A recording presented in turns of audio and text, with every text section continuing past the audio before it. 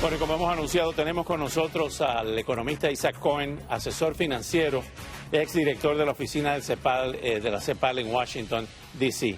Isaac, evidentemente ha finalizado una reunión hace pocas horas esta tarde entre Kevin McCarthy y el presidente Joe Biden. No se llegó a ningún acuerdo. ¿Qué significaría, como dice la señora Yellen, de altamente probable que no se llegue a un acuerdo y haya un default? ¿Qué significaría eso con carácter inmediato? Buenas noches, bienvenido. Buenas noches, encantado, Oscar, como siempre, un gusto. Bueno, efectivamente yo creo que la señora Yellen ha puesto las fichas sobre la mesa, como se dice, en el sentido de que la economía de Estados Unidos se puede ir a una recesión si en caso se llegara a una suspensión de pagos, que sería la consecuencia de no llegar a un acuerdo. Sin embargo, las conversaciones de esta tarde parece ser que indican que todavía hay posibilidades de encontrar una solución, lo cual es alentador porque los riesgos son muy grandes. Se puede poner en peligro el rol del dólar en el mundo, por ejemplo. No me diga, ¿cómo así? Es uno de los privilegios más grandes que tiene esta economía. Y eso va a llegar a desestabilizar el sistema financiero internacional, lo cual sería muy serio. De manera que las consecuencias son graves. Yo creo que tanto los republicanos como los demócratas lo entienden y creo que hay posibilidades de llegar a un arreglo. Ahora, si no se llega a un arreglo, cuando usted dice desestabilizar el dólar, eso es lo que ha estado insinuando Lula da Silva en la reunión del G7 y lo que ha estado diciendo Xi Jinping y los analistas chinos de que tratarían de sustituir el dólar como moneda internacional de intercambio por el yuan. Claro, es que hay mucha competencia. O sea, China, por ejemplo, aspira a ser una potencia dominante en la actualidad y para eso tiene que tener una moneda que le sirva para sus transacciones internacionales. Por ahora usan el dólar. Son los principales tenedores de bonos del Tesoro de Estados Unidos, es China y Japón. Entonces, si llegara a haber un problema como este de que Estados Unidos no puede pagar sus deudas, en ese momento yo creo que tampoco se puede culpar a quienes vayan a buscar una alternativa. Ahora bien, Isaac, vamos a tratar de desglosar en estos breves minutos de qué es lo que estamos hablando. Porque se está hablando del default, se habla del techo de la deuda, pero no se explica pormenorizadamente qué es lo que se está negociando o dónde que está la piedra de tranque. En el caso de los republicanos, y vamos a citar aquí, quieren recortes de gastos discrecionales, nuevos requisitos de trabajo para algunos programas para estadounidenses de bajos ingresos y una recuperación de la ayuda del COVID-19 aprobada por el Congreso, pero que aún no se gastó a cambio de un aumento del techo de la deuda. Por su parte, ese es uno de los puntos, por su parte los demócratas quieren mantener el gasto estable en los niveles de este año, mientras que los republicanos quieren volver a los niveles del 2022.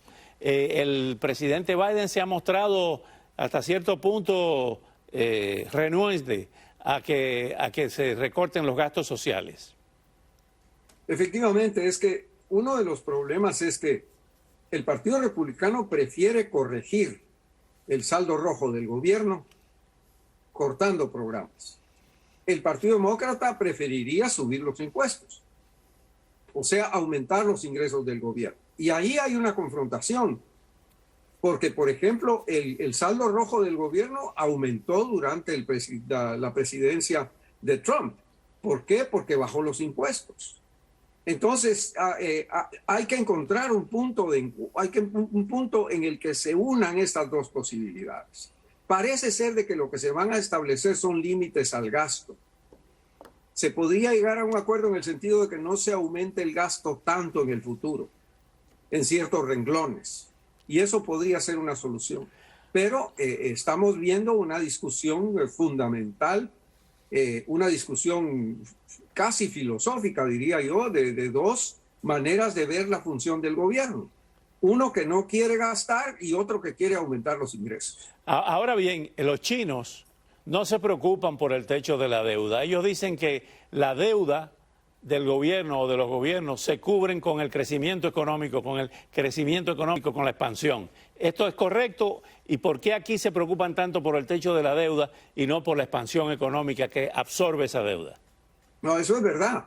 La deuda se hace más pequeña cuando la economía se hace más grande. Porque lo que pasa es que el país se endeuda, pero si crece, el tamaño de la deuda se reduce. O sea, es cierto, el crecimiento económico es, digamos, la salida más airosa del tema del endeudamiento. Pero en el camino hay que hacer algunas correcciones y yo creo que eso es legítimo. Hay que tratar de moderar el gasto. Yo creo que esto está bien eso, pero también hay que tratar de aumentar los ingresos del gobierno. Y en algún momento esas dos posiciones tienen que encontrarse en el centro. Ahora bien, Isaac, ¿cómo se puede aumentar impuestos si estamos al borde de una recesión? ¿Cómo se aumentan impuestos en recesión? Bueno, hay que decir de que en este momento probablemente no es lo más apropiado, pero por ejemplo, se podrían corregir los defectos que hay en la recolección de impuestos ya existentes sin aumentar los que ya existen. O sea, mejorar la capacidad de las entidades del gobierno de captar mejor los impuestos que ya están aprobados, sin aumentarlos. Eso aumentaría los ingresos del gobierno. Pero son posiciones difíciles de conciliar, por así decirlo. Ahora bien, esta tardanza y esta especie de thriller, como se llama en lenguaje cinematográfico, nos lleva a dos cosas. Dice Janet Yellen, la señora Yellen, que provocaría daños a los negocios y a la confianza del consumidor. Hay un factor gravitante en la economía y es el factor psicológico. ¿Qué pasa si entramos a nivel de consumo y a nivel de negocios, principalmente de los pequeños negocios, en un pánico? Bueno, ahí lo que pasa es que empiezan a haber despidos y empieza a aumentar el desempleo y se profundiza la recesión. Porque cuando hablamos de recesión hay que tenerlo muy claro, es desempleo. La manera como se corrige, digamos, la economía espontáneamente, si es que se llega a ese extremo, es despidiendo a las personas de sus empleos. Y eso es muy costoso. No debemos de llegar a ese punto. Tenemos en este momento la tasa de desempleo más baja en 50 años. Claro. Ahora, finalmente, Isaac, si Isaac fuera el que estuviera negociando en estos momentos, ¿qué solución propondría con carácter inmediato, casi de emergencia? Yo creo que esta idea de limitar el gasto en el futuro puede ser interesante y de esa manera los líderes, ambos líderes, van a poder conciliar al centro de sus propios partidos. Y los más radicales pues se van a tener que conformar porque los que están en el centro se ponen de acuerdo. Yo creo que eso es lo que puede pasar. Isaac, muchísimas gracias. Como siempre, estaremos en contacto con más a menudo con todos estos problemas. Un abrazo. Así es, Oscar, me va a dar mucho gusto. Gracias. Isaac Cohen, asesor financiero, exdirector de la oficina de la CEPAL en Washington. Ese es el nivel de invitado que ustedes se merecen. Al volver, el senador republicano Tim Scott se une a la carrera le llaman carrera a la contienda, a la aspiración por la presidencia de los Estados Unidos en el año 2024. El expresidente Donald Trump elogió al precandidato y aseguró que es mejor opción que Ron DeSantis. Ay, Dios mío.